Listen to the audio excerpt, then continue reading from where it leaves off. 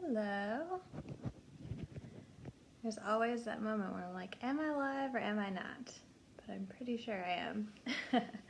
Happy Friday, guys. I'm Taylor. I'm the COO and a coach here at WAG, and I'm going to talk to you today about dealing with an injury. Mostly because I have an injury right now, so it's very on the nose, but because I do read every single questionnaire of every client. So I've read your questionnaire for sure. And a lot of you are dealing with an injury, or you are getting over an injury and you're unhappy with where your body's at, or you're just trying to get back to where you were, or something. You're dealing with an injury in some capacity currently, or you're kind of on the comeback trail. So I think this is relevant to so many people here, and I am just going to talk a little bit about what I did wrong in dealing with my injury, and then what I'm doing now, what I think I'm doing right, and what is really helping my recovery. So first, just a little background on me. I'm a nationally competitive weightlifter, and going into the summer of last year, I was training as hard as possible and really, really hoping I was going to make the world team. I knew it was a stretch, but that was the goal and that was what I was focused on. And then I just started having a lot of pain in my leg and in my back and in my hip, and didn't really know what was wrong. And so, as you know, any athlete will do, I self-diagnosed with a number of different things and made a bunch of mistakes, but ultimately ended up, I have a bulging disc at L5. And probably if I was a regular or just not an athlete and not, lifting at max load on a regular basis, this would not be a thing. But because I am an athlete, it's caused a ton of pain, and I probably have exacerbated it. So that's what I'm dealing with. It started in July of last year. It's April basically now, so it's 8-9 months. And I'm still not back to training. So, I don't know how to get better, but I think I'm getting better at getting better. So I'm going to look you're probably going to see me look to the side here. I have my notes of the things I want to touch on. So if that's what's going on, I'm not sneaking my phone or anything. I'm going to talk about the things I did wrong first, and then we'll go into what I think I've done right, and hopefully there's things here that you can pull from that will help you in dealing with an injury. The first thing I did wrong was self-diagnosing. I was convinced it was a hip labrum tear, because those are super common. I know a bunch of people who've had them, and so I was trying to just push through it, because I know that you can continue to train with them. It just they hurt. For a lot of people, they just hurt right when you do it, and then things kind of calm down.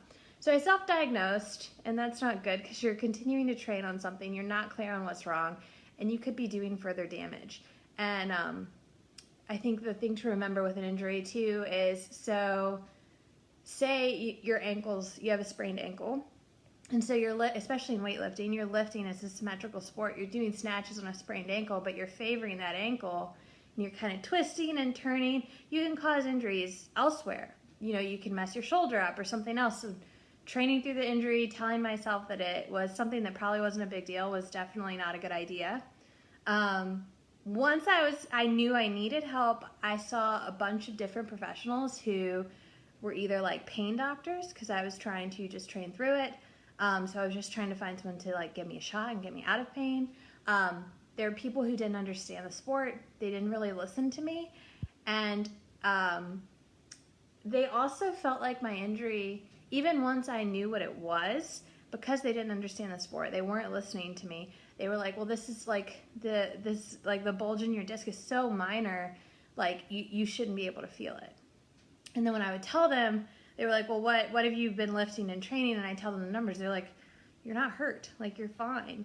When the girl says yeah, I have a lot of pain, but I squatted 300 pounds, people are like someone who doesn't know anything about me or weightlifting, it's kind of you're not really hurt.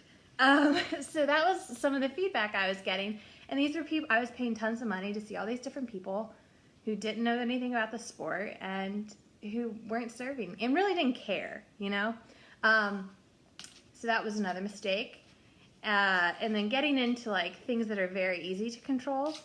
I didn't care about my nutrition at all. It can be easy as someone competing in a weight class sport to like fall into that cycle of like, well, if I'm not training, I don't need to be concerned about my weight. I'm not competing in the near future, so I'm just going to do whatever. So what that looks like for me is not necessarily like eating a bunch of junk. It's more of just like having wine every night. And that just leaves you just feeling kind of gross.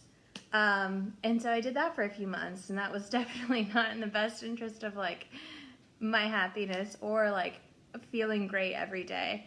Because you don't realize how bad you feel until you stop drinking alcohol, even just a glass of wine every night, and then you wake up feeling much better if you don't. And I also stopped training completely and totally, because I was like, well, if I can't snatch and clean and jerk, or I can't squat, then what's the point? And you know, if you're used to work, if you're just a person, you should probably be moving every day. And so I think that was a huge mistake, because like for me in my situation, I could have at least been walking at the very least, and if I wasn't even going to try to get creative or try to find a gym to go to, I could have been doing that, but I wasn't, and I was just sitting in my house like kind of feeling sorry for myself. And then kind of related to that of like stopping training completely, I just said like screw my routine. When I'm training as an athlete, I'm super regimented on when I get up, when I go to sleep, when I eat, all that stuff. And I was just like, well, it doesn't matter now. I'm not training, so like, whatever. So those were all the things I did wrong. And I know that some of this resonates with you guys, because it's something that I see often. I hear from clients. I have also worked the info box, and in info we get that a lot. People are like, oh, well, I'm injured right now, so you know I don't need to worry about nutrition, or you know I'm not training now, so I don't need to worry about nutrition. But it's totally false. All of those things, like creating that structure in your life, is all part of getting better and shouldn't just be part of you know, something that you do when you're performing your best or healthy. So what I'm doing now that I think is right is basically all the opposites of all the things that I did prior.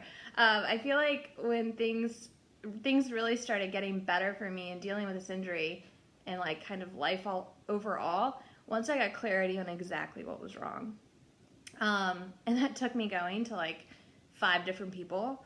But now I finally have a clear picture of like how it's all related, like why this disc keeps slipping out, and then what that does to the rest of my body.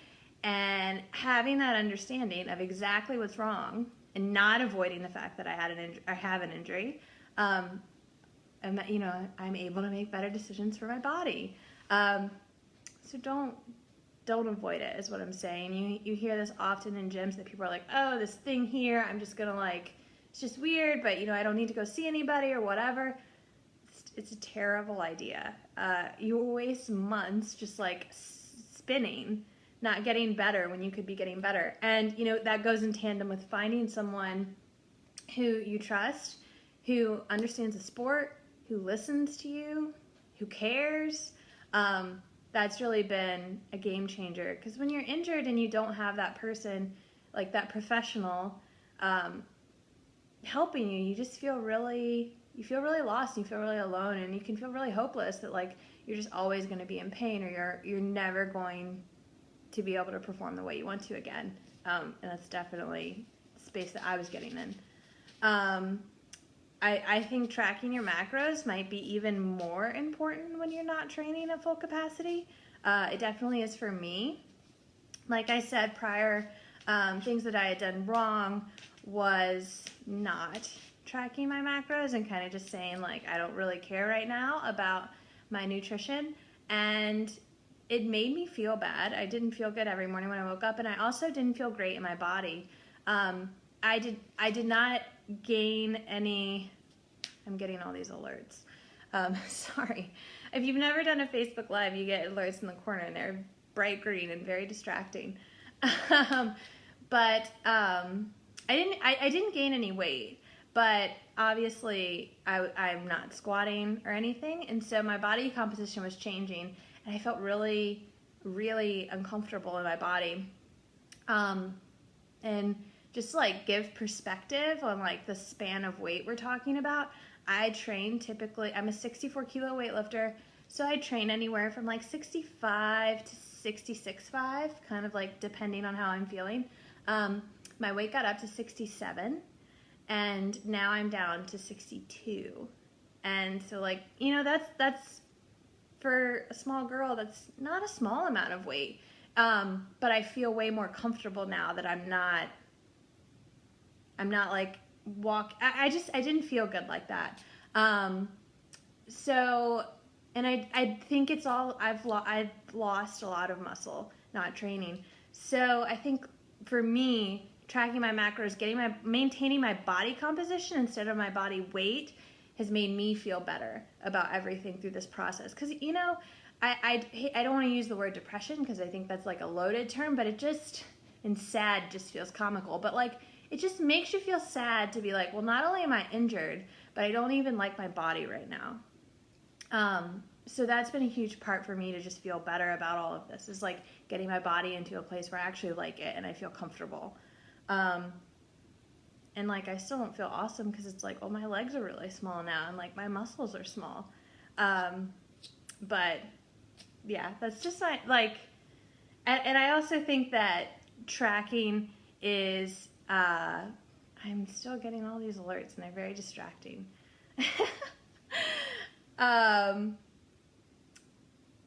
I think it also helps you recover, build back to where you were as whatever you're doing for your physical therapy.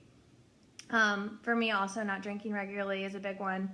I think that I know a lot of people, I think it's women especially, I feel like women in their mid to late 20s, everyone drinks a glass of wine every night. I know a lot of my friends do, but I think it's not the best thing for you, and I don't think you realize how bad it makes you feel until you stop doing it.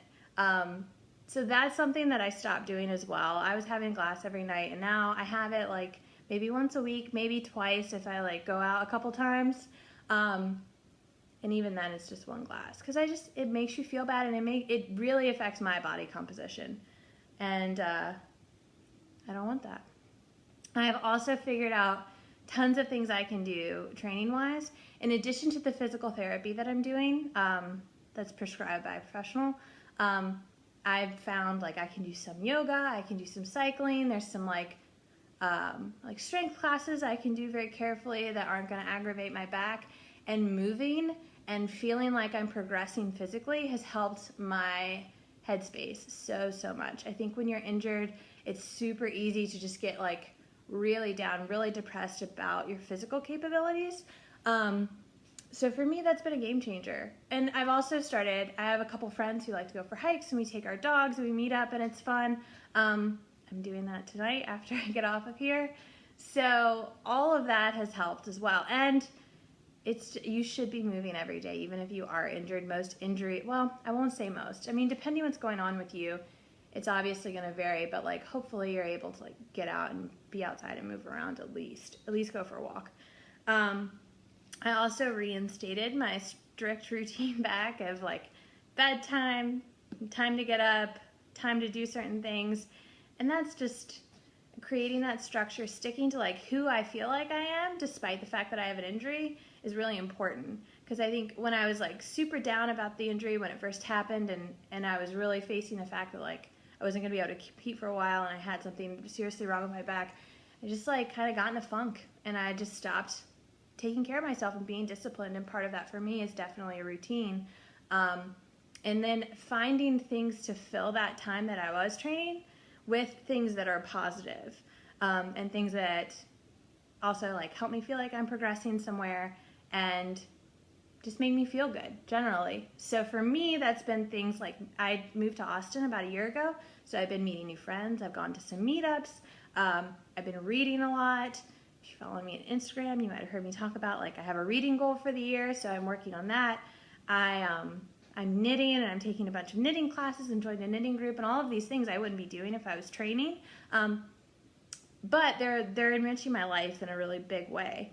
So I guess in part, you know, having moved to a new city, getting injured, and now being forced to meet people, it's been good for me.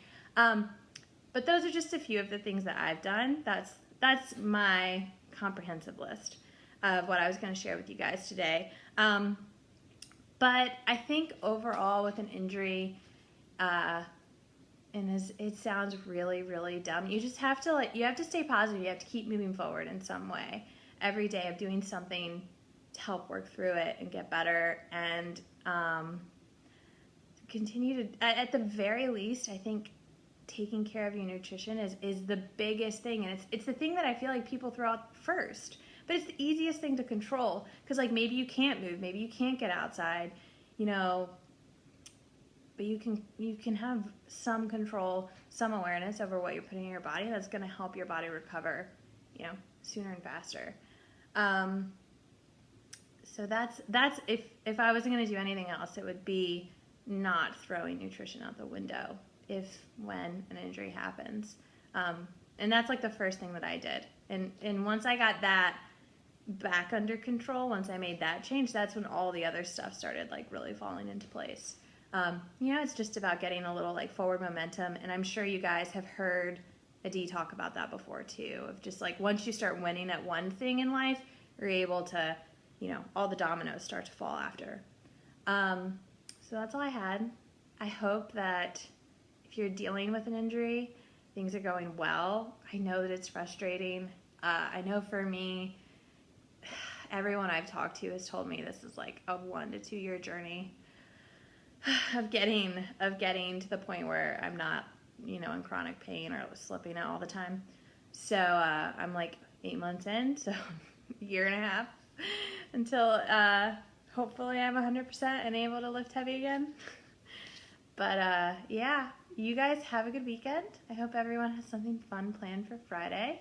And fun could be just nothing and staying home.